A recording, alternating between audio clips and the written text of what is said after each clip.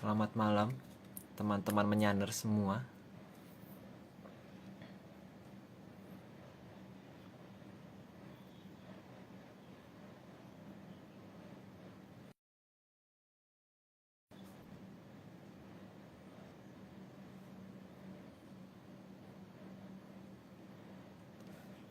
Kita ini Om Agungnya sudah adakah? Nah, oke.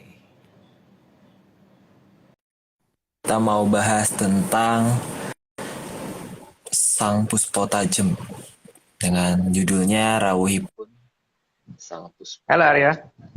Nah, halo Om. Apa Hey, kabar?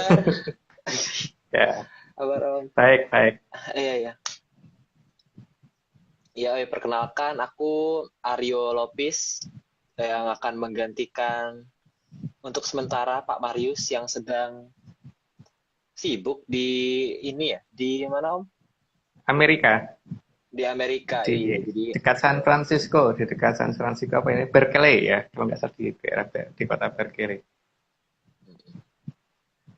oh ya ini yang speaker yang bakal di narator hari ini ya Ibu Rusti. Nah, Iya. ini katanya guru SD ya. Guru SD. Ini udah masuk belum ya? Tadi udah aku invite. Nah, ini udah. Masih muter-muter. Oh, Selamat malam, Bu. Halo, Bu. Salam menyiar. Suaraku Bu. jelas kan ya? Selamat, Mas. Iya. Jelas kan? Jelas Aryo. Sangat jelas. Jelas.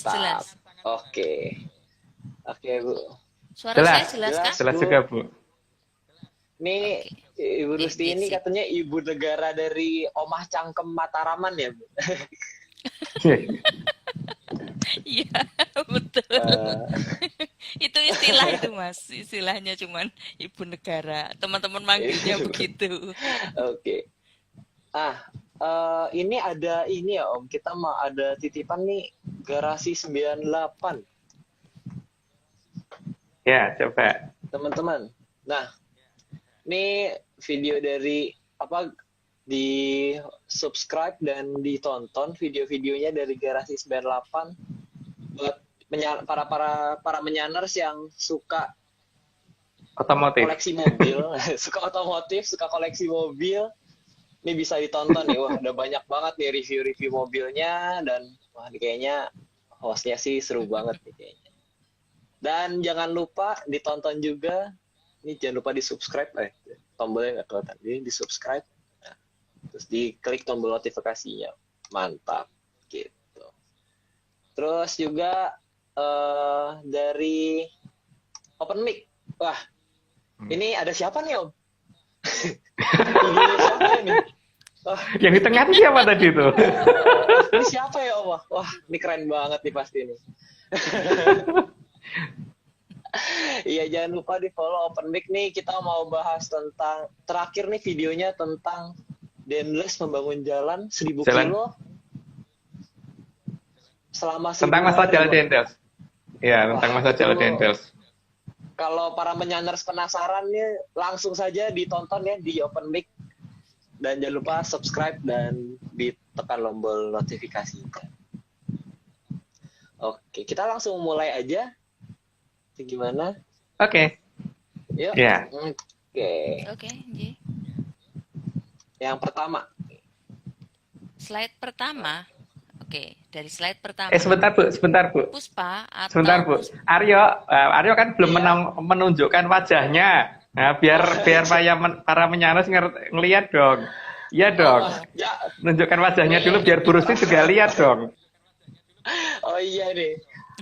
Jadi dalam rangka ini kan kita Puspo itu artinya nih. Kalau prestasi pertama itu Puspo itu kan arti ini ya, mawar ya. Ini makanya saya nih, aku nih hari ini serba merah nih makanya nih. Pakai topong warna merah juga. Wih. Nah, inilah yang namanya Aryo. Iya, salam menyan semua, para menyanders. Iya. Iya, salam kenal semuanya. Iya. Ya udah kita langsung lanjut aja ke slide pertama nih. Ya. Oke, Ji. Slide pertama, puspa atau puspita berarti bunga. Yang dimaksud adalah bunga yang berbau harum dan terlihat Ya, indah. jadi bukan bunga-bungaan ya, atau bukan bunga imitasi yang dijual di toko-toko ini ya, di toko-toko imitasi bunga imitasi karena kalau yang itu kan tidak wangi. Ini kan yang penting itu dia terlihat indah sama yang terlihat wangi. Lanjut dulu aja Bu. Batir kebablasan dan ceritanya. Oke. Slide kedua. Oke. Slide kedua, selain indah, puspa atau puspita tertentu juga sangat sering digunakan untuk kesehatan seperti aktivitas spa karena bisa meredam tingkat stres dari manusia. Itu saya pikir cukup jelas ya, karena saya bukan ahli spa, cuman yang saya tahu juga begitu sih. Kadang-kadang kalau pas lagi agak tegang gitu, saya memang beli bunga untuk ini, untuk pengharum ruangan supaya lebih tenang aja di rumah gitu. Dan kenyataannya memang begitu, saya bisa lebih tenang dan bisa mengerjakan apa-apa yang harus saya kerjakan di rumah dengan lebih benar gitu loh ketika ada itu. Tapi itu saya ya, tapi nggak tahu kalau orang lain. Maka dilanjut. Patut dicoba itu. Wah, belum tentu ya. Masalahnya belum tentu orang lain cocok loh, Aryo. Mungkin dengan sebentar Mas, apakah itu juga misalnya Mas si A mungkin bunganya apa, si B bunganya apa, bisa berbeda-beda atau bisa dengan bunga apa saja? Mestinya begitu Bu, tapi biasanya tetap ada satu yang pasti harus ada, itu mawar merah sih. Mawar merah yang mawar merahnya Jawa. Karena kalau mawar merah yang impor itu biasanya kan kurang harum ya. Wanginya kurang. Jadi ya, yang mawar merah yang saya tahu karena saya menggunakannya itu ya, saya ngertinya mawar merah Jawa. Tapi kalau mawar merah impor itu kayaknya wanginya kurang ya, bagi saya gitu. Terus kalau mawar merah di daerah yang lain saya nggak tahu karena belum pernah nyoba gitu loh.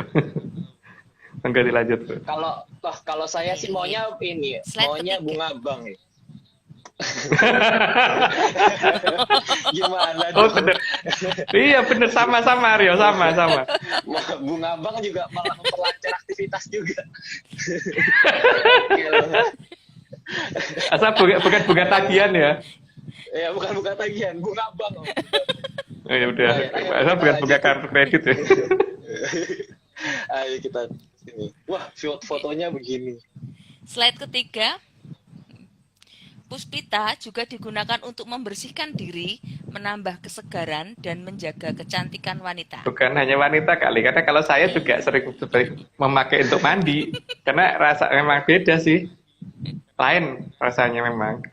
Kalau dipakai untuk berendam, saya sering kok itu berendam begitu juga. Atau mungkin memang saya yang mungkin kelewat aneh atau gimana ya nggak tahu ya, tapi kalau saya sih seneng gitu. Lanjut Bu. Kalau kata Levi, bunga desa juga ya. Oke, bunga desa. Bang desa juga nih. itu Aryo kalau itu. Kacau nih Levi nih.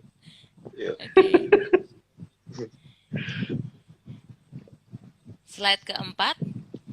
Puspita juga digunakan sebagai lambang sayang untuk diberikan ke sang pasangan. Lah itu sih Aryo paling pakarnya itu Bu, karena sering ini.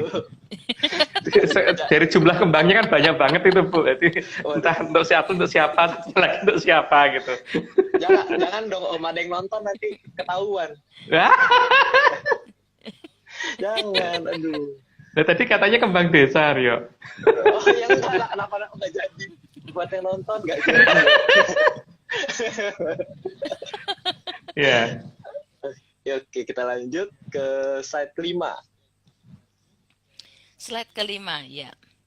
Slide kelima, puspita yang sering digunakan sebagai lambang sayang adalah bunga mawar merah yang mekar, bukan mawar yang rontok. Kalau kita ngasih mawar merah yang rontok kepada orang yang kita sayangi di kampung Bu, kan ini apaan gitu. Keindahannya udah nggak ada gitu kan, yang jelas yang masih indah. Kalau masih kuncup mungkin nggak apa-apa ya, tapi kalau kembang rontok itu keterlaluan sih, emang kurang kerjaan kalau kita ngasihnya kembang. Itu mungkin karena orang yang nggak tahu seperti saya waktu kecil mungkin ya, karena waktu pas TK dulu kan saya pernah punya guru tuh cakep banget gitu loh, cantik banget. Terus waktu itu habis diajak nyekar sama bapak ke makamnya Eyang, saya nanya ke bapak, ini kok anu ya, apa namanya, kok kita ke tempatnya Eyang ngasih bunga kenapa? Katanya bapak itu supaya tempatnya Eyang wangi, jadi dikasih kembang seperti ini sebagai tanda sayang kita ke Eyang. Oh gitu, ya besoknya saya beli kembang tabur bunga yang kayak dipakai untuk ke makam Eyang itu, saya kasih ke guruku dan tak kasih surat cinta gitu. Oh langsung ngamuk guru saya gitu. Tapi itu waktu TK loh. Aku masih belum mudeng. Oke lanjut Bu. Oke, sisa ke-6. Slide ke-6. Oke. Karangan bunga yang digunakan untuk mengucapkan selamat atas kesuksesan seseorang biasanya tetap akan menggunakan mawar merah. Mawar merah biasanya tetap harus ada gitu ya. Tapi nggak tahu kalau zaman sekarang ya. Tapi kalau di zaman saya dulu itu biasanya untuk ucapan sayang dan ucapan kesuksesan seseorang itu biasanya seperti itu. Tabur bunga, bukan tabur bunga ya, namanya bunga, karangan bunganya pasti ada mawar merahnya gitu loh. Kecuali kalau yang saya ke guruku waktu itu ya. Kasihan om gurunya. Lah gak mudeng kok aku, bapakku ngomongnya begitu ya, salahnya bapakku lah. Waduh. Wah. Oke. Ayo kita lanjut nih, kita ke slide 7. Nomor 7, ya, oke. Juga untuk hiasan di rumah, mawar merah akan menambah harum dan indahnya ruangan. Yang penting kalau bagi saya di sini baunya ya, sama bentuknya gitu. Makanya saya selalu biasanya mengganti, kalau udah rontok ya saya ganti gitu. Tapi yang biasanya memang harus yang masih seger. Maka saya tidak pernah mau membeli mawar yang udah rontok gitu, karena pengalaman dengan guru TK dulu. Itu boleh dilanjut. Oke. Slide ke-8. Bahkan beberapa wanita menggunakan mawar merah untuk mempercantik diri di telinga. Mungkin bukan hanya di telinga ya. Ini dilanjut dulu aja Bu. Itu cukup jelas kok, nggak perlu dikasih penjelasan. Oke. Slide ke-9. Beberapa aksesoris hiasan untuk perempuan juga banyak yang menggunakan lambang mawar merah. Itu mungkin tidak perlu dijelaskan karena itu sudah cukup jelas. Mungkin dilanjut aja Bu.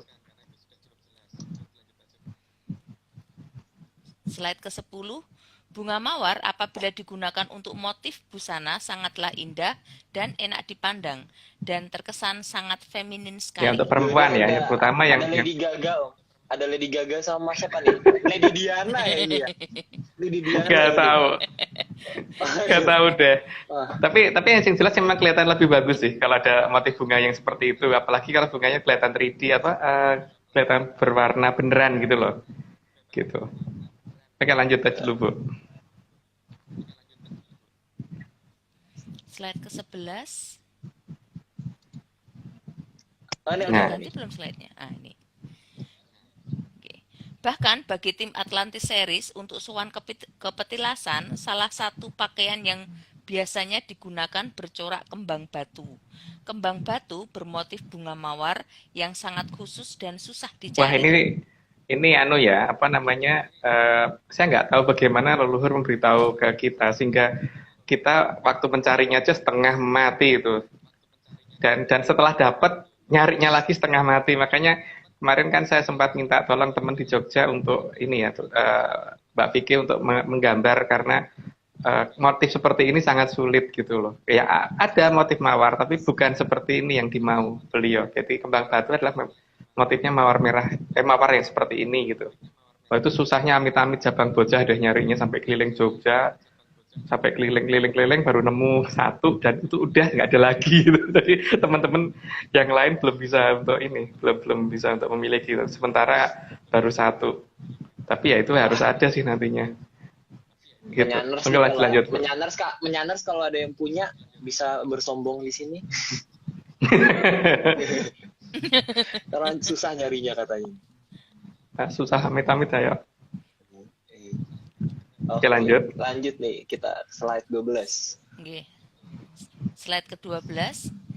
Juga dalam sesaji di Jawa, mawar merah pasti merupakan komponen utama yang harus digunakan dan harus itu ada dalam sajian besar, sajian kecil, cok bakal dan macam-macam kan sajian di Jawa itu. Jadi sajian di pedanyangan, sajian di tempat-tempat yang dianggap tempatnya leluhur dan sebagainya. Tapi biasanya kembangnya yang lain bisa ganti-ganti, tapi mawar merahnya harus selalu ada gitu loh kalau di Jawa. Di Jawa ya di Jawa tempat saya terutama. Tapi kalau di tempat ya di Jawa yang lain saya nggak tahu. Tapi yang saya kenal di tempat saya tuh selalu begitu. Mawar merah tidak pernah ditinggalkan, selalu ada. Gitu. Lanjut Bu. Slide ke-13. Untuk tim Atlantis Series, bahkan harus mempersiapkan bunga yang disusun sedemikian rupa untuk menerima kehadiran leluhur yang biasanya datang untuk memberi petunjuk. Dan mawar merah wajib ada. Ini kan biasanya kalau untuk eyang-eyang kalau mau datang kita nyiapnya seperti ini. Ini nanti ada melati segegem, jadi melatinya kita hilangin dulu cangkang-cangkangnya gitu, jadi kelihatan lebih putih, ya tinggal putihnya doang gitu. Terus kemudian ada mawar merahnya 1, terus kemudian kantil putihnya 3, dan harus disusun seperti ini. Nah ini kan pasti juga merupakan suatu pertanda atau kode ya kalau bagi kita ya, tapi nggak tahu kalau bagi orang lain. Paling tidak keberadaan mawar merah yang harus selalu ada dalam setiap sesaji dan sebagainya, itu pasti menunjukkan sesuatu yang dimau leluhur, dan ini sesuatu pertanda apa yang diinginkan leluhur yang mungkin saat ini belum terdefinisi oleh kita ya. Jadi ini harus dicari maksudnya apa dan apa gunanya. Selain untuk apa tuh namanya untuk pewangian, tapi pasti ada yang lain lagi. Monggo dilanjut Bu. Oh ini kalau kata Mas Dogo nih sekar telon lintang kukusan ini ya. Iya. Iya. Baik, kita lanjut ke slide 14. Slide 14. Oke. Mawar juga menjadi komponen utama untuk memandikan pengantin saat upacara pernikahan di Jawa. Makanya kelihatan airnya pasti agak warna merah gitu, Pak. Tapi sebenarnya merahnya itu bukan merah ya, tapi karena banyaknya mawar yang di situ. Cuman kalau dari zaman saya kecil dulu, biasanya mawarnya bukan mawar rontok seperti ini. Biasanya mawarnya yang masih utuh dan itu memenuhi baknya itu gitu kan. Tapi nggak tahu dengan berjalannya zaman kok jadi berubah jadi mawar yang rontok yang dipakai gitu. Kalau zaman saya dulu, pasti mawarnya masih yang seger dan tidak rontok, jadi bahkan dicek satu-satu sebelum dimasukkan ke tempat itu supaya kelihatan jangan ada yang rontok gitu. Gitu Bu, monggo dilanjut. Slide ke-15. Dalam kembang setaman yang biasanya diletakkan dalam bokor. Bokor tersebut berada di depan dampar. Untuk rawuhnya leluhur di tim Atlantis Series pasti juga ada mawar merahnya. Ya, dalam kembang setaman itu kan banyak ya, dari mulai mawar merah, mawar putih, melati, kenongo dan sebagainya, ada jambe cebuk dan sebagainya, itu banyak banget. Itu pasti mawar merahnya ada, gitu, tidak mungkin tidak ada, dan itu pasti mawar merah yang diminta selalu mawar merah yang masih utuh ya, jadi bukan yang rontokan. Nah, tapi cuman karena kita fotonya waktu itu dapatnya yang ini, yang sering kita pasang memang tidak kita foto karena kita nggak berani karena itu dalam sanggar Pamujan tempat kita kontak. Jadi akhirnya sudah seadanya dulu. Jadi sebenarnya gambarnya bukan ini gitu. Maka dilanjut. Oh ya, ini aku baru ngeh ini yang di ronceannya ini juga ada mawar merah juga ya Om ya. Roncean ya pasti. Di luarnya ini. Nah, di rangkaian pusaka kita kan juga begitu kan, Aryo menggunakan mawar merah kan. Jadi kalungnya yang dikalungkan untuk kalungnya itu kan 7 melati, terus kemudian nanti ada 7 melati lagi, ujungnya kandil putih, terus 7 melati lagi, ujungnya kandil putih, terus 7 melati lagi, ujungnya kandil putih, terus nanti di tengah-tengah itu kan, di tengah antara kalungnya tadi sama 3 rangkaian tadi itu ada mawar merahnya 1 gitu. Gitu. Oh iya. Gitu. Udah? Ayo mau dilanjut. Okay. Kita lanjut ke slide ke-16. Dari semua pertanda yang ditunjukkan oleh leluhur, sudah saatnya kalau kita menyadari bahwa kembang, terutama mawar merah merekah, merupakan hal yang telah menjadi dasar sandi dari leluhur. Selama ini kan kita hanya menganggap sebagai itu pelengkap sesaji ya, tapi sebenarnya apakah itu cuma pelengkap sesaji atau itu adalah suatu tanda yang kita belum sadari? Karena kan seperti bagaimana kita tim Atlantis Series yang waktu itu mencurigai keberadaan Menara Babelan dan sebagainya itu kan didasari dari ternyata mappingnya adalah karena adanya ini kan apa tuh namanya tumpeng robyong, yang tumpeng robyongnya ada sekian jenis, itu harusnya kita cari ada sekian menara babelan gitu kan. Dan susunannya pasti nggak akan jauh berbeda dari bentuk sesaji yang ada gitu, tumpeng robyong yang ada. Demikian juga keberadaan mawar yang selalu ada dari setiap jenis sesaji ini sangat mencurigakan bahwa ini ada sesuatu yang diinginkan leluhur, bahwa bukan hanya penghias, bukan hanya pengharum, dan pasti ada sesuatu yang lain gitu. Kita harus sudah mulai mencuriga dan harus mulai menyadari ini ada apa maksudnya. Lanjut, Bu. Slide ke-17.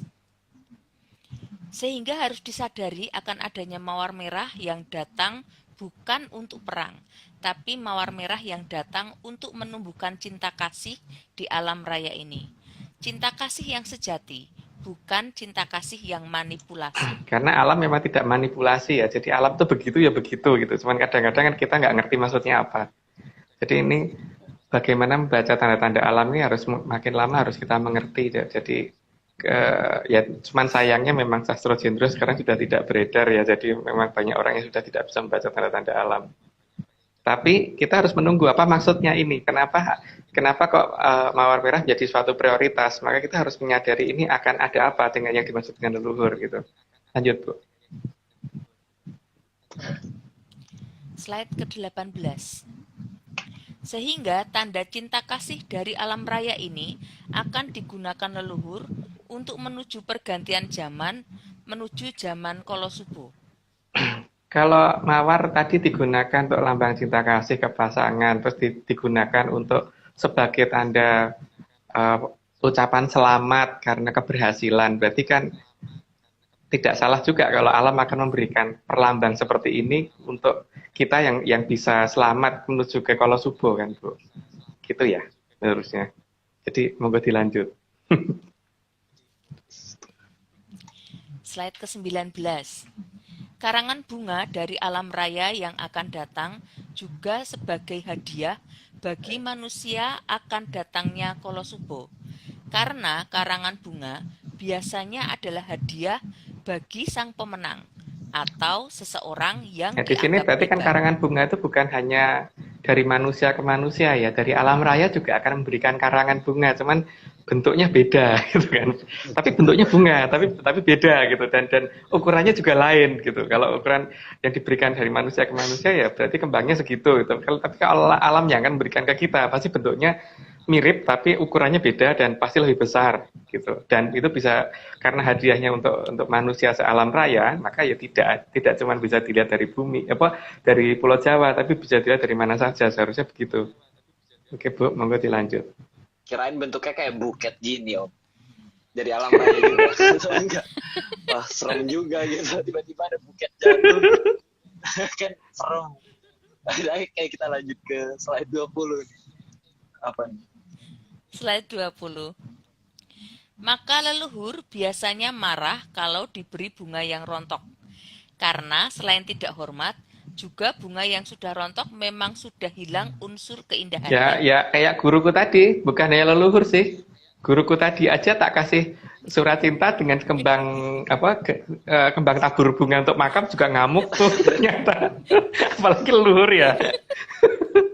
Oke, monggo dilanjut. Ya kalau nggak percaya mungkin gini deh, Aryo kalau misalkan punya pacarnya dikasih kembang kuburan gitu, nanti kan ngamuk pasti ya. Aduh, bahaya Om. Atau dulu waktu Bu Rusti masih awal-awal dengan Pak Pardiman itu, kalau Pak Pardiman ngasih kembangnya kembang kuburan nggak pasti dibalang gitu, Bu, nggak mungkin ditompo tuh, Bu. Waduh, kacau nih. Iyalah. Oke, slide ke-21. Slide ke-20. Udah. Ke-21, ya. Karena bunga tabur bukan melambangkan pujian atau cinta kasih, tapi lebih melambangkan kesedihan karena kepergian orang terkasih. Lebih cocoknya lambang kehilangan lah. Kehilangan orang yang disayangi, entah itu siapa ya, entah itu keluarga, entah itu teman baik, entah itu siapapun, pokoknya selama kita merasa kehilangan, maka waktu memberikan bunga tabur atau bunga yang sudah rontok tadi, biasanya ke makam atau dan pakaian kita untuk menunjukkan rasa sedih biasanya pakaiannya hitam atau pakaian gelap gitu kan. Jadi bukan pakai warna merah gitu kan, bukan pakai warna pink atau warna putih atau pakai warna hijau genjreng atau kuning genjreng gitu kan enggak, itu karena memang tanda kesedihan. Jadi ya nggak mungkin itu untuk hadiah. Jadi itu kalau bunganya bunga tabur berarti pasti bukan hadiah, tapi itu tanda simpati kita atau tanda kesedihan kita kan malahan.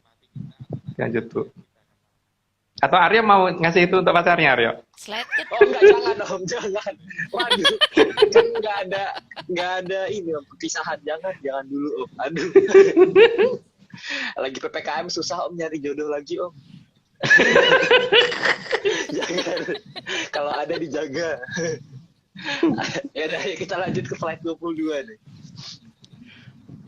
Oke, slide ke-22. Tanda kerontokan adalah tanda kehilangan, bukan tanda datangnya anugerah. Anugerah pasti akan dilambangkan dengan sesuatu yang indah. Ya, selain sesuatu yang indah berarti kan juga dengan keceriaan kan, jadi bukan dengan kesedihan gitu. Nah, kerontokan itu namanya aja dah rontok ya. Rontok itu kan berarti memang sudah tidak indah dan untuk sesuatu hal yang menyedihkan kan biasanya. Jadi ya nggak mungkin toh kalau anugerah ditandai dengan keberadaan kembang rontokan gitu. Jadi leluhur pasti akan memintanya kembang mawar merah yang masih utuh, biasanya begitu, atau kembang-kembang yang lain yang masih utuh dan yang berbau harum gitu. Lalu dilanjut Bu. Slide ke-23. Maka alam pun bisa memberikan karangan bunga bagi manusia, karena alam juga punya rasa sayang terhadap ini yang harusnya kita tunggu ya. Cuman harusnya bentuknya nggak kayak gitu sih. Bentuknya mawar banget gitu. Serem banget Om kalau kayak gini itu. Waduh, jujur aku takut sih Om, malahan. Harusnya bentuknya seperti sebuah mawar merah seperti yang di slide nomor 13 tadi kalau nggak salah Aryo. Coba tunjukin yang slide nomor 13 dulu tadi Aryo. Slide 13. Nih. Ya, harusnya bentuknya seperti itu ya. Jadi ada cahaya, 3 cahaya, dan di belakangnya tuh ada nebula putih, terus ada nebula merahnya itu kan. Harusnya seperti itu kan, pertanda dari alamnya seperti itu. Itu yang harusnya kita tunggu gitu loh. Itu yang dikendaki leluhur, makanya leluhur tidak mau pakai kembang rontok karena supaya orang menyadari pertanda itu dulu gitu. Oke, lanjut Bu. Slide 24. Slide 24 ya. Seperti halnya manusia, maka alam juga mempunyai waktu yang dianggap tepat dalam memberikan karangan bunga bagi manusia. Ya kalau karangan bunga kan memang diberikannya di waktu tertentu dan waktu-waktu khusus lah. Maksud iya tiap berapa menit sekali kita memberi karangan bunga ya lama-lama bosen yang terima kan. Makanya harus waktu yang tepat, karena waktu yang tepat itu menyangkut masalah momen dan saat itu akan menjadikan waktu itu menjadi waktu yang sangat dikenang dan waktu yang sangat berharga bagi yang memberi dan bagi yang menerima gitu. Lanjut Aryo. Ke Aryo tuh. Terus. Slide ke-25. Waktu akan datangnya karangan bunga juga sudah diwedar oleh leluhur kita, Sang Mahaprabu Sri Aji Jayabaya dari Kerajaan Dahonopuro. Beliau adalah titisan Sang Hyang Batara. Dalam serat Jongko Jayabaya sudah jelas ya bahwa besok akan ada lintang harusnya kan itu memang lintang kemukus itu yang dimaksud beliau harusnya bukan komet ya. Karena kalau komet itu cenderungannya adalah akan terjadi bencana. Jadi lintang kemukus itu adalah bintang yang membesar dan kelihatan lebih tebal. Terus dikatakan bahwa ngalu-ngalu kan karena di situ akan kelihatan ada 3 cahaya yang panjang nanti yang di luarnya si mawar merahnya itu. Harusnya begitu ya. Kalau berdasarkan sastra yang saya terima dari beliau loh. Jadi entah saya ini halu atau gimana ya, pokoknya coba kita lihat nanti gitu. Waduh. Karena kita kan memang kadang-kadang nggak tahu ini apakah yang saya terima betul apa tidak ya, kita harus lihat nanti kejadian di depan ya. Oke, lanjut Bu. Oke. Slide ke-26. Selain itu, dalam pernyataan di Serat Sastrawulan juga sudah dijelaskan akan datangnya sang lintang kukusan. Dalam Sastra Wulan kan juga sudah jelas kok pernyataan dari Prabu Brawijaya ke-8 itu juga sudah ada pernyataan seperti itu. Bahwa besok sebelum melihat ke arah Tenggara. Jadi kenapa kok Tenggara? Karena kalau di utara itu berarti kan nanti yang selatan belum tentu bisa ngelihat. Kalau yang selatan belum tentu yang di utara bisa ngelihat. Tapi kalau Tenggara itu paling tidak utara masih bisa melihat walaupun dikit lah. Karena untuk menunjukkan bahwa memang pusat peradaban adanya bukan di utara tapi agak ke selatan, jadi gitu loh. Oke, lanjut Bu. Slide ke-27. Bahkan Sandi Kukusan juga dijadikan nama wilayah agar semua teringat akan datangnya sang lintang kukusan. Ya, sayangnya bahkan saya sendiri sempat agak lupa. Jadi kadang-kadang memang terlalu jujurnya leluhur dalam memberikan suatu pertanda, bahkan memberi nama, itu kadang-kadang membuat kita malah mengartikan jadi menjauh dari apa yang dimaksud gitu kan. Ya itu tadi seperti halnya beberapa mantra untuk menggunakan pusaka dan sebagainya, itu kadang-kadang bukannya kita mengerti untuk menggunakan itu, tapi malah justru diartikan sampai artinya fungsi sebenarnya jadi hilang gitu kan. Seperti halnya ini juga sandinya sudah ada nama kukusan, tapi yang mungkin banyak orang yang mau tidak memperhatikan itu atau malah mengartikan sehingga sampai nggak jelas. Lanjut Bu. Slide ke-28. Dalam sandi wilayah lainnya, di banyak tempat terdapat nama Gunung Kukusan. Gunung Kukusan biasanya bersebelahan dengan Gunung Butak. Ini tidak mungkin saya jelaskan secara detail, tapi mungkin dilanjut aja Bu. Wah, karena ada hal yang sangat dirahasiakan di sini. Nanti terlalu jelas besok. Oke, slide nomor 29. Untuk sandi arah, maka arah yang dikehendaki adalah arah kidul wetan bener atau tenggara. Jadi tadi kan udah ditunjukkan bentuknya apa, terus kemudian sekarang mulai ditunjukkan arahnya. Makanya kan seharusnya kita curiga ya, ada nama yang di antara dua nama dua nama mata angin yang sudah baku, yang dikatakan sudah baku itu bagi saya kan barat, timur, utara sama selatan. Di antara itu kan ada barat daya, barat laut, timur laut dan tenggara. Seharusnya barat laut, timur laut, barat daya dan tenggara.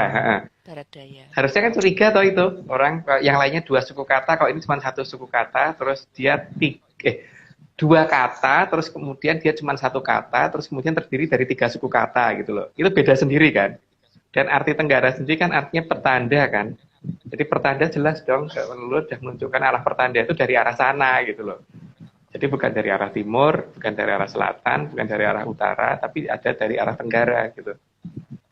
Nanti lanjut Bu. Slide ke-30. Maka bisa dilihat bahwa penamaan di antara mata angin utama ada tiga arah yang disebut dengan dua patah kata.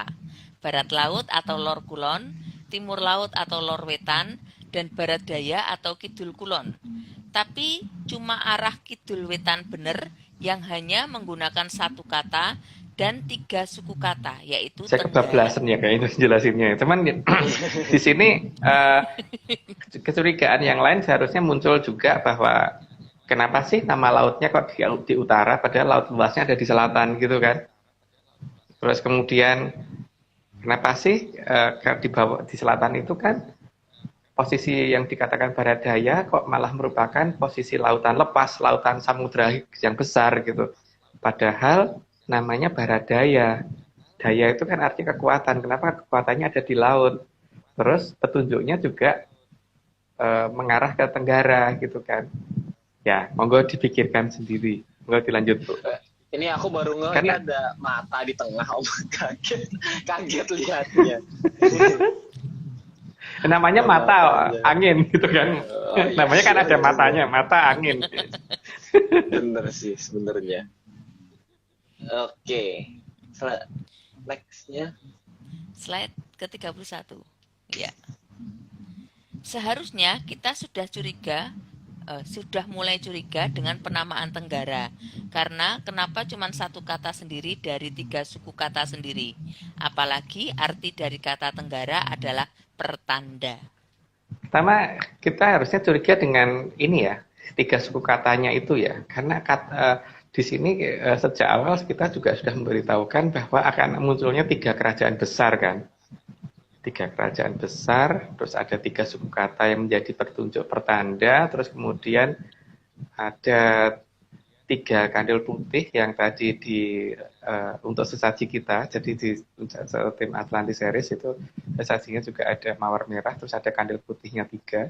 Atau kalau roncean untuk pusaka juga ada 3 rangkaian yang digunakan gitu, jadi tidak 7 itu untuk di payung agung ya kalau di kita, tapi nggak tahu kalau orang lain kan boleh beda-beda.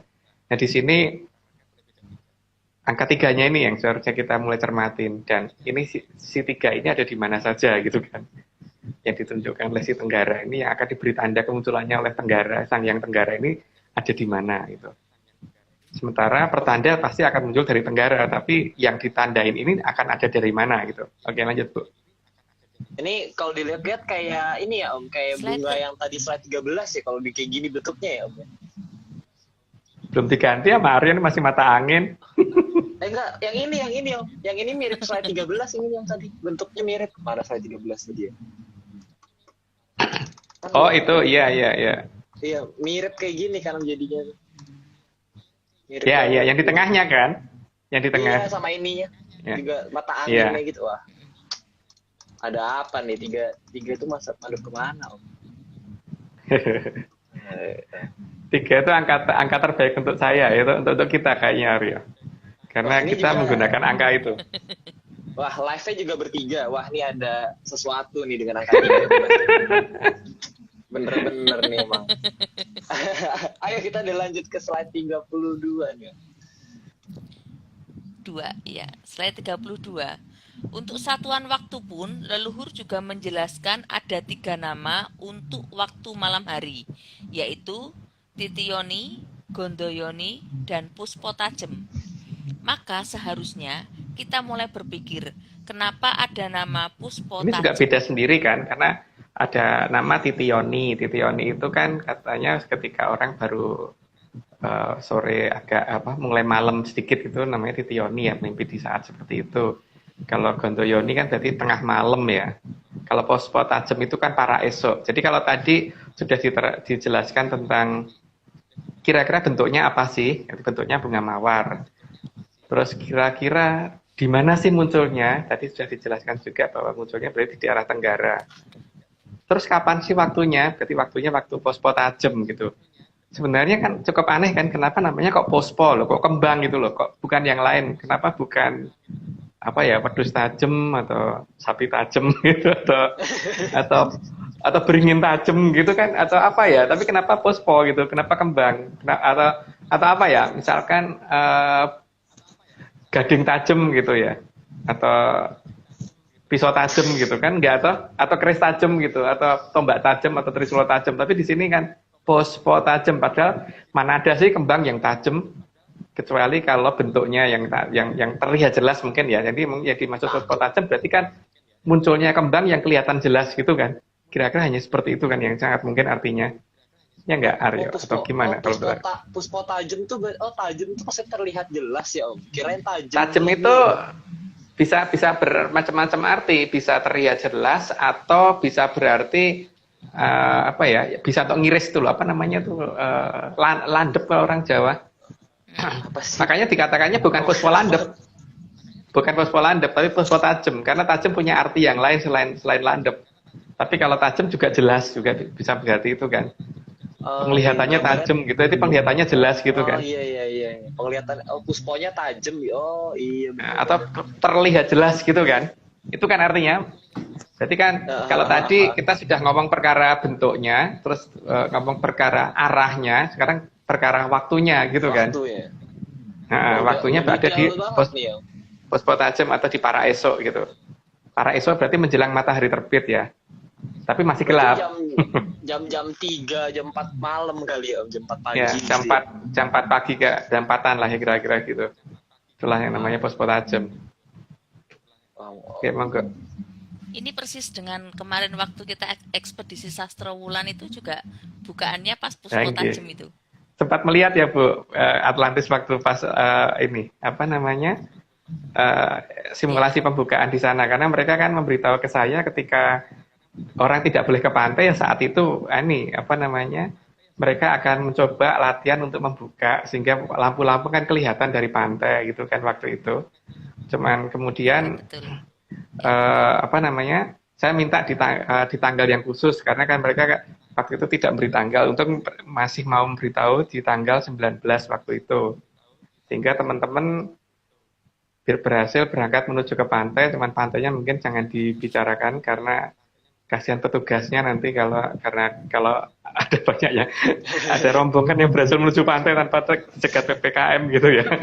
Kasihan petugasnya. Kan kita harus jadi masyarakat yang taat peraturan ya Om ya. Ya.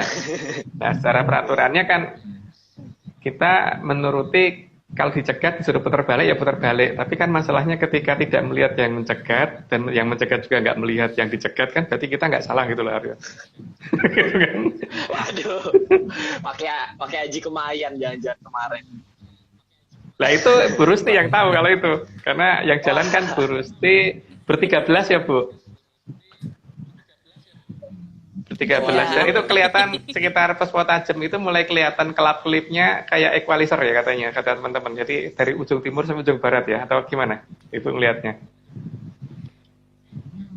Ya, memang dari arah kiri sampai kanan itu kelihatan semua kan. Kita berada di pantai yang terbatasi karang. Nah, di antara karang-karang itu memang kita lihat semuanya. Lalu beberapa kendaraan kita lihat, bukan hanya lampu kota ya yang kami lihat, kendaraan di air dan kendaraan di langit juga kita lihat. Ya. Wah, pengen lihat. Itu tapi nanti ada lagi kok Aryo kesempatan seperti itu. Cuman nanti saya pasti akan meminta lagi waktu yang tepat untuk kita menuju ke pantai lagi. Cuman ya waktu itu kan ini ya apa namanya yang bisa jalan teman-teman yang di Jogja. Jadi ya Aryo kan waktu itu kan nggak bisa ya, salah sana Aryo. Iya sih, nggak salah sih. Udah, ayo kita lanjut ke slide 33. Tapi waktu itu sempat di video ya Bu ya untuk ininya ya, tapi jangan di share loh yang di video itu karena itu data rahasia bener karena nanti ndak pantainya ketahuan orang. Kalau pantainya ketahuan orang, yang kasihan adalah petugas PPKM-nya, nanti tidak kena marah. Karena Ibu berhasil mencapai pantai tanpa dicegat. Oke, monggo dilanjut. Ayo kita lanjut slide 33. Slide ke 33. Pernyataan ada waktu yang dinamakan Puspo Tajem itu menjelaskan akan adanya kembang mawar. Kembang mawar yang terlihat sangat jelas di saat para esok atau sebelum matahari terbit. Ya, jadi kan ini menjelaskan lebih detail lagi dengan yang tadi ya. Makanya harusnya curiga dong, namanya kenapa Puspo Tajem gitu. Padahal yang bisa tajem gitu itu kan bukan kembang seharusnya. Tapi kalau ternyata yang dimaksud tajem adalah terang, ya iya gitu. Tapi kenapa namanya Puspo? Tapi berarti kan ini pasti berarti ini menunjukkan bahwa dia adalah berbentuk bunga gitu kan. Berbentuk bunga. Jadi bukan berbentuk apa ya, berbentuk gading atau gitu. Berbentuk kodok atau berbentuk Aryo. Ada aku di langit, aku juga takut sih Om sebenarnya. Aku nggak seneng, takut asli. Kenapa? Itu apa salah dan dosaku? Ayo kita lanjut, kita ke slide 34. Slide 34.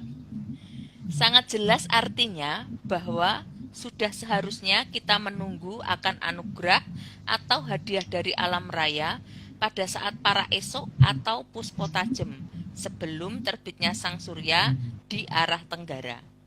Mungkin sudah jelas ya, saya jelaskan yang tadi sudah cukup jelas, cuman ya diingat-ingat aja dari apakah saya nanti benar apa tidak, tapi tunggu saja apakah betul akan munculnya nebula Roxette yang arahnya dari arah tenggara.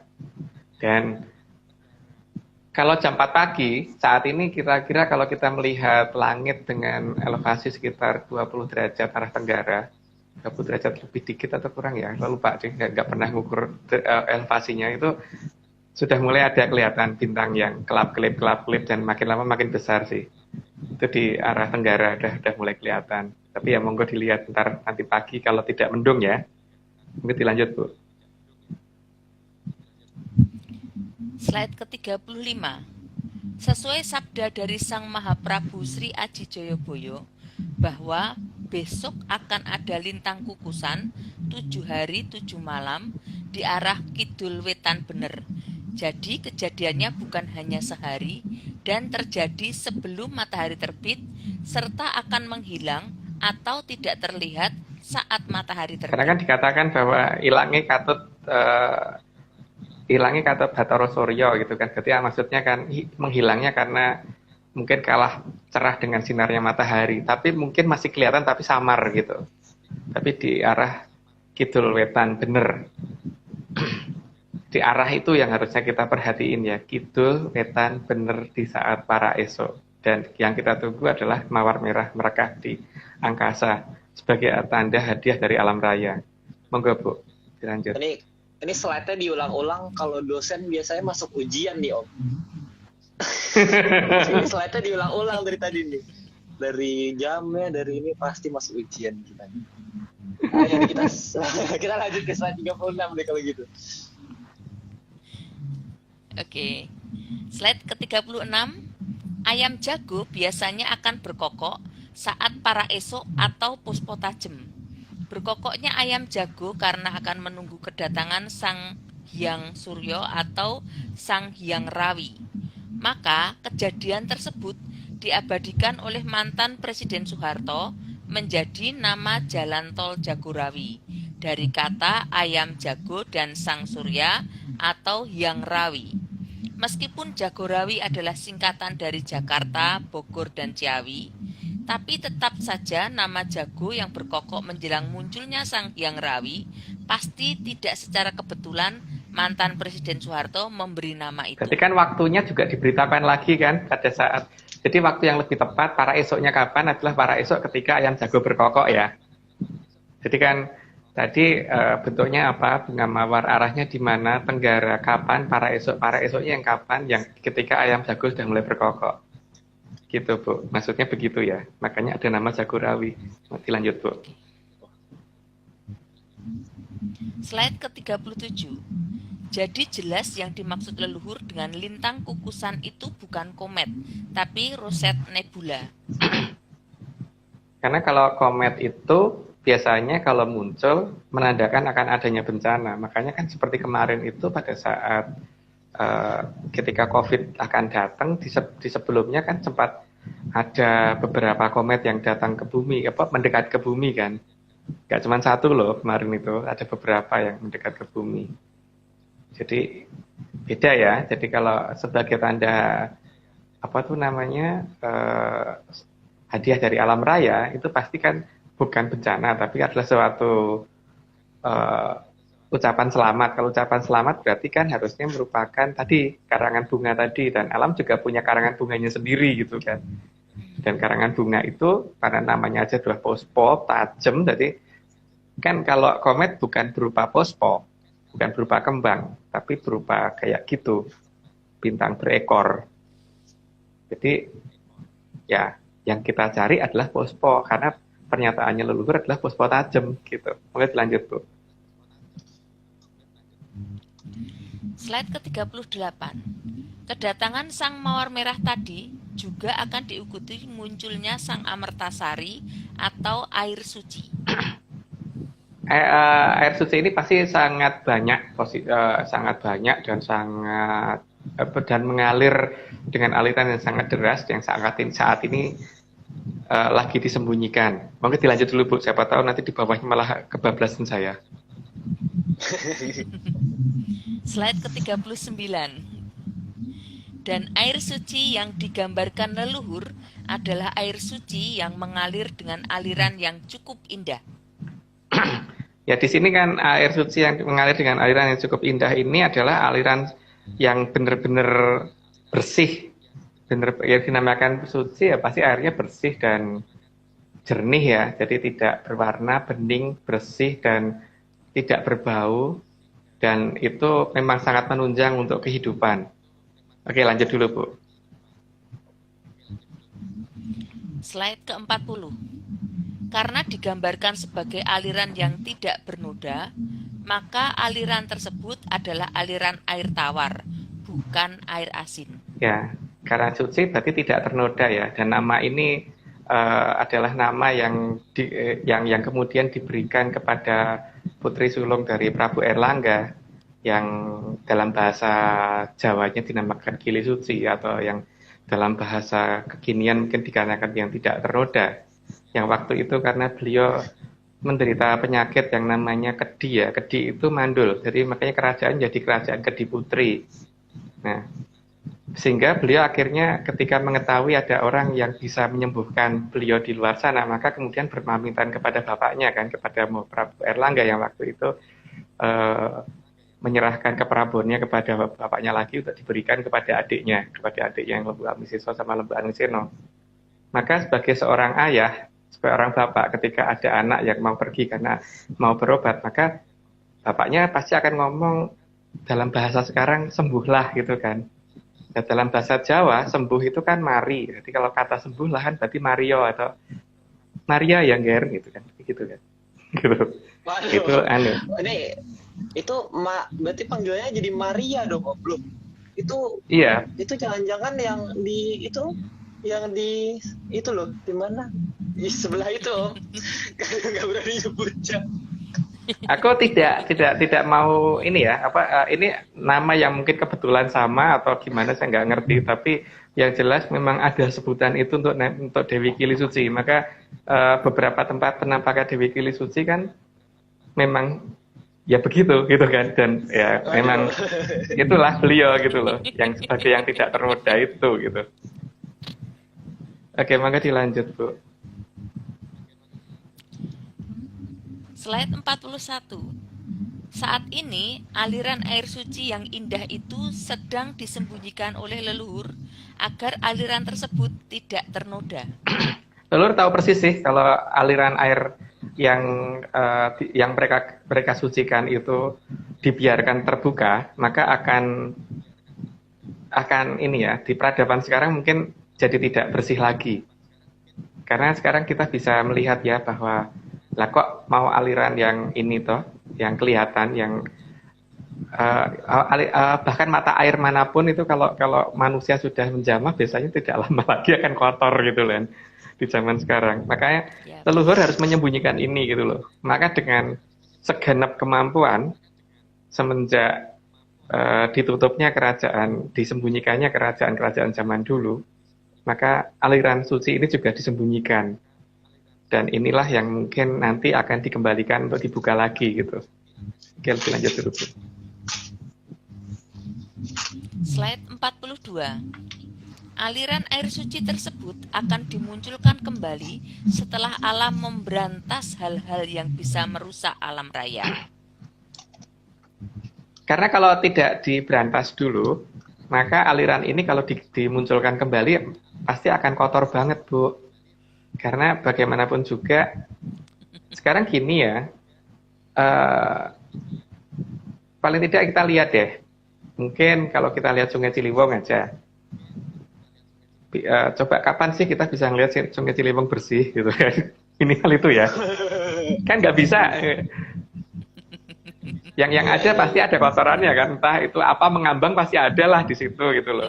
Makanya kan memang aliran yang disucikan sama leluhur harus disembunyikan karena ternyata memang kita belum punya kapasitas untuk memelihara aliran tersebut kan, maka memang harus disembunyikan. Tapi pada waktunya ya harus dibuka. Tapi untuk buka berarti memang sesuatu yang bisa membuat aliran itu menjadi ternoda, karena kan pernyataannya harus pilih suci, harus tidak ternoda. Jadi ya harus diberantas dulu yang kira-kira akan membuat aliran itu menjadi tidak suci lagi gitu. Kayaknya begitu loh ya, tapi yang berantas bukan kita loh ya, kita kan hanya ini Pak, ini bukan masalah saya ngomong masalah orang atau gimana, tapi tentang masalah kebersihan di alam raya ini loh. Jadi bukan sentimen atas kelompok tertentu, tidak ya. Oke, lanjut Bu. Slide 43. Apalagi disadari atau tidak, saat ini Brantas sudah disandikan bergerak ke barat dan timur, dan salah satu stasiunnya adalah Pasar Senen. Mungkin tidak perlu saya jelaskan detail ya, tapi semoga dengan keadaan yang tidak disengaja ini, semoga sudah mulai kelihatan kira-kira hari apa sih gitu kan. Brantas akan dibuka gitu. Lanjut Bu. Soalnya Senen itu depan rumahku loh, Pasar Senen ini stasiun. Kirain ada apa gitu. Oh, bahaya berarti ya? Oh gitu, bahaya, baru sadar bahaya dulu. Aku nggak ngomong bahaya loh Aryo, aku tidak ngomong bahaya. Nggak ngomong bahaya. Aku ngomong harinya. Oh iya benar. Aduh, oke. Kapan waktunya gitu kan. Slide ke-44. Slide 44. Hal tersebut hanya bisa dicermati dengan jelas bila menggunakan mata. Karena batin orang itu ya ada cuma satu. Roh utama kita itu ada satu. Jadi kalau itu bisa digunakan untuk melihat, ya berarti kita bisa melihat kira-kira nanti bagaimana yang daerahnya seperti apa dan sebagainya gitu kan. Karena saat ini kan kita melihat pakai dua mata. Makanya kalau pakai satu mata mungkin beda ngelihatnya gitu. Oke, lanjut dulu Bu. Slide 45. Maka leluhur menggambarkan wayang kulit selain buto adalah bermata satu. Dari mulai satrio, dewa, dewi, terus para putri-putri, terus ini ya yang bukan buto ya, terus Bathara Bathari, sampai ke penggambaran Sang Hyang Wenang dan sebagainya itu bahkan wahyu dan sebagainya penggambarannya kan gitu. Kalau di wayang kulit semuanya bermata satu. Kalau misalkan dikatakan bahwa karena dilihat dari samping, enggak juga. Karena ada yang digambarkan bermata dua gitu kan. Oke, lanjut dulu Bu. Slide 46. Hanya buto yang berbahaya yang digambarkan bermata dua. Jadi jelas, ajaran mata satu adalah ajaran di tanah kita ini, yang bernama Tanah Sakutro atau Sakutrah, atau Tanah Paratrah Jayengkaton. Jelas kan kalau misalkan dikatakan bahwa dilihat dari samping wayangnya, kalau dilihat dari samping kenapa ada wayang yang kemudian pakai mata dua gitu kan. Jadi kan memang disengaja, itu adalah sesuatu yang disandikan supaya kita sadar dan kita melihat gitu loh bahwa cara melihatnya memang seperti ini gitu loh. Karena kalau dikatakan bahwa itu kan karena dilihatnya dari samping maka digambarkan bermata satu, tapi enggak juga, ternyata kalau buto digambarkannya bermata dua kok. Ya dari kerajaan Mataram kan menggambarnya seperti itu. Kenapa Arya? Jangan-jangan butonya mata 4 Om. Enggak tahu kita. Enggak pernah lihat buto. Kan gitu. Bisa jadi, atau matanya malah banyak kali ya. Tapi kan yang paling jelas di sini kan gini toh. Yang ini sudah nggak bisa ini lagi kalau dikatakan karena dilihatnya dari samping, maka kenapa ini matanya cuma maka matanya digambarkan cuma satu gitu. Tapi kalau digambarkan dari samping, berarti harusnya tidak ada yang bermata dua seperti ini kan? Iya benar-benar. Iya. Dikatakan terah jayeng katon itu kan jayeng itu joyoeng, jayaeng, katon terlihat. Jadi terah yang paling jaya yang paling hebat di alam yang terlihat gitu kan. Gitu Bu, monggo dilanjut. Slide 47 ini terakhir ini berarti. Sang Puspitosari Kang Arso Amertandani Samirono Ningrat tumuju kamulyaning. Kalau ini sih kayaknya nggak perlu dijelaskan sih, karena ini pernyataan dari kita ke mereka bahwa tema ini sudah kita jelaskan sudah kita publish gitu. Jadi pertanggungjawaban saja kepada sana bahwa sampun lo nggih gitu. Istilahnya gitu ya. Sampun lo nggih. Jadi saya jangan dimarahin loh, sudah kita munculkan lo ini gitu. Sudah kita publish keluar gitu. Wah, gitu, Om, ini nggak boleh diartikan Om buat kita yang nggak bisa bahasa Jawa. Nah, itu kutukannya Aryo itu. Kalau nggak bisa salahnya sendiri. Wah, kacau ini. Berarti harus belajar. Pokoknya bahasa Jawa yang gampang kok, bukan bahasa Jawa yang aneh-aneh kok. Ini masih kawinya masih kawi yang muda gitu loh, bukan kawi yang tua gitu. Bukan Sansekerta juga, dia masih bahasa gampang gitu istilahnya. Gitu. Oh, deh. Wah, ini ada slide terakhir biasa. Slide penutup. Apa nih? Yang jelas kan bahwa jangan lupa ya bahwa besok akan ada cerita tentang kumambange watu hitam dan jeleme perahu gabus, itu harus diingat-ingat bener.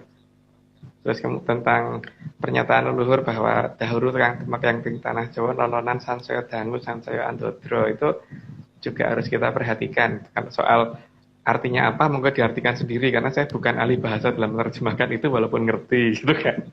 Bukan menang saya gitu. Gitu ya. Itu uri namanya. Loh, kita diciptakan untuk curang ya, Bu. Makanya kan kalau saya dengan beberapa teman kan ditanyakan jawaban yang paling gampang dan paling indah itu kan karena nggak boleh ngaku gitu kan, Bu. Oh, emang nih. Berarti kutukan ya Om, berarti aku nggak bisa bahasa Jawa tuh ya, berarti ya. Ya bukan kutukan, itu hanya. Wah. Ini Pak Marius kira-kira sampai kapan ya? Mungkin minggu depan udah balik belum kira-kira ya Aryo ya, Pak Marius? Wah, kurang tahu Om, dari Amerika dia lagi sibuk kayaknya. Kayak nggak tahu aku malah. Dia sibuk atau tidak kan memang saya mengusulkan supaya Pak Marius jangan jadi host dulu selama di Amerika, karena Pak nanti tidak punya pasal untuk nggak bawa oleh-oleh gitu loh. Kalau bukan karena yang lain-lain, karena kalau dia jadi host nanti ada alasan. Wah Mas, kemarin aku mau jalan tapi karena jadi host jadi nggak sempet cari oleh-oleh, nanti alasannya ada nanti. Kalau gini kan nggak punya alasan. Habis ini kita tagih. Oh iya, harus wajib. Setuju ya Bu ya, gitu kan. Makanya Arya dijadikan host. Setuju jelas. Kalau jangan sampai nanti, waduh Mas karena jadi host kemarin jadi nggak sempat keluar ya, nggak sempat cari sesuatu ya, itu kita yang rugi Bu. Makanya minggu depan ini kira-kira Pak Marius sudah pulang belum? Kalau kira-kira belum pulang jangan jadi host dulu, biar oleh-oleh biar banyak gitu. Betul. Berarti kita bisa sampai Jogja nggak itu? Nah itu nanti monggo ke Pak Marius itu. Ya oke deh. Berarti kita pas banget nih, berarti kita jam 10:03. Wah, lewat 3 nih Om. Ini ada pertanda apa lagi? 5:03. Emang bener-bener nih sudah direncanakan oleh semesta nih. Ini angka 3 nih bener-bener menarik nih. Oh, jangan-jangan tanggal 3 hari Senin ya? Wah, nggak tahu kita. Ya udah, oke teman-teman. Arya jangan lupa tekan ini loh ya. Jangan lupa ini setelah itu tekan supaya terekam ya. Oke, siap. Oke, para penyanders, kita sudahi perjumpaan kita pada malam hari ini. Ditelaah lagi materi yang hari ini telah disampaikan oleh Mas Om Agung dan yang disampaikan oleh Bu Rusti. Jadi kita lupa namanya Mas itu. Bu Rusti, maaf Bu, mohon maaf itu Bu Rusti. Jadi oke deh teman-teman, jangan lupa kita minggu depan akan terus live juga. Jadi sampai jumpa para menyanders yuk. Mari. Salam menyan. Salam menyan.